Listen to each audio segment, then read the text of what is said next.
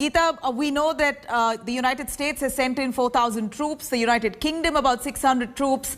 They're trying to evacuate all their diplomats from there. Indian diplomats as well have been asked to leave immediately. The Indian government has been evacuating all those people. Are Indians safe? By and large, what about the other ethnic groups as well in Afghanistan?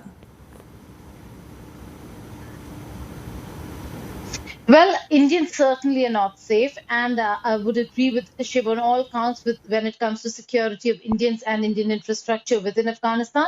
Having said that, it's not just Indians, because you asked me a very specific question on which other communities. All the minorities within Afghanistan today feel insecure, feel a looming threat when it comes to what is going to happen to them, their families, their property, the infrastructure around them, if it's a religious body, and the future of and their own future within Afghanistan. We know that certain gurudwaras have already started pulling down the Nishan-e-Sahib, fearing persecution. Some others have been forced by the Taliban in that area to pull down the flags, any religious symbol. So the future for the minorities looks bleak. Although I have to say this, that during the interview, the Taliban spokesperson said that they've lived with minorities within Afghanistan for centuries. But we know the kind of persecution that the minorities have suffered at the hands of the Taliban when they were in power.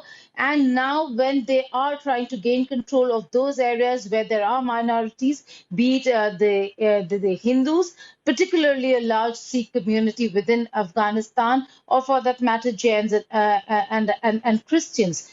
It is going to be very difficult for the minority community within Afghanistan. Having said that, right now the focus certainly has to be as to whether if this entire situation can be controlled or not. It just seems like the United States of America is only entering Afghanistan not to secure the territories and infrastructure for the Afghan government, but the transition is inevitable, and they're trying to secure their own places, their own infrastructure, and certainly their own people who need to be pulled out of Afghanistan.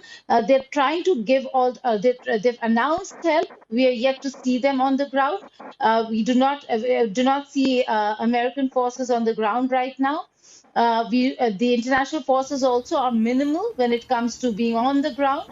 So it's the Afghan forces who actually have been fighting the Taliban in the border areas of Afghanistan within very difficult terrains and provinces of Afghanistan. It's the Afghan forces, and they have been left to their own devices, which certainly has been an area of concern for the Afghan administration. The transition is to happen. Mullah Baradar #2 of the Taliban right now, we're being told, is in Kabul, and a delegation will be heading to the presidential palace. So things seem to be in place for the Taliban for the transition that they wanted.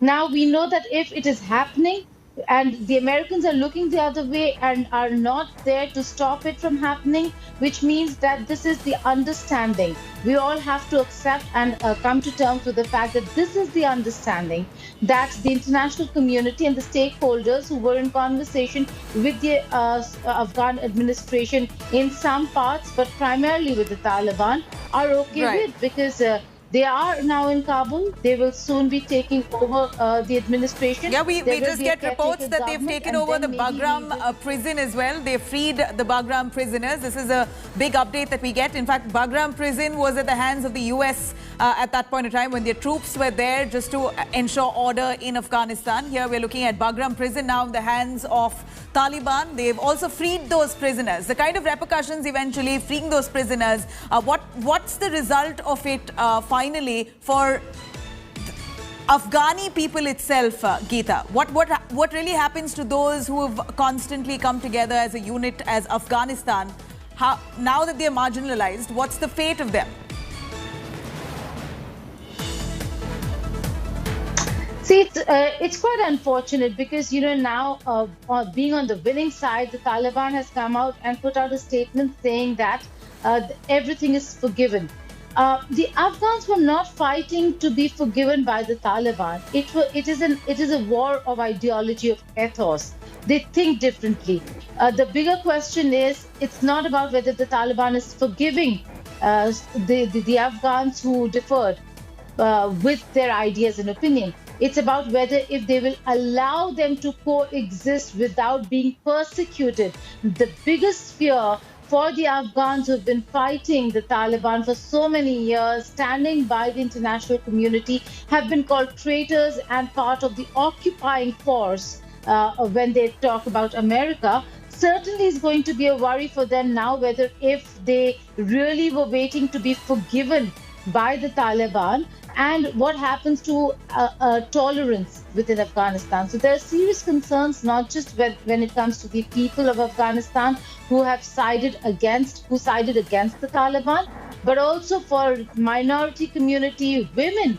There are so many women who went abroad with their parents as refugees, lived abroad, studied abroad, and came back to Kabul are MPs, members of parliament, lawmakers in their own country. They all are kids who lived as refugees abroad and had the gumption and had the will to come fight, the determination to be a part of a future in Afghanistan that they envisioned and wanted Afghanistan to go back to their old days. Instead, today, when I speak to these MP friends of mine from Afghanistan, they fear whether they should be coming and speaking on telly. That was a couple of days ago.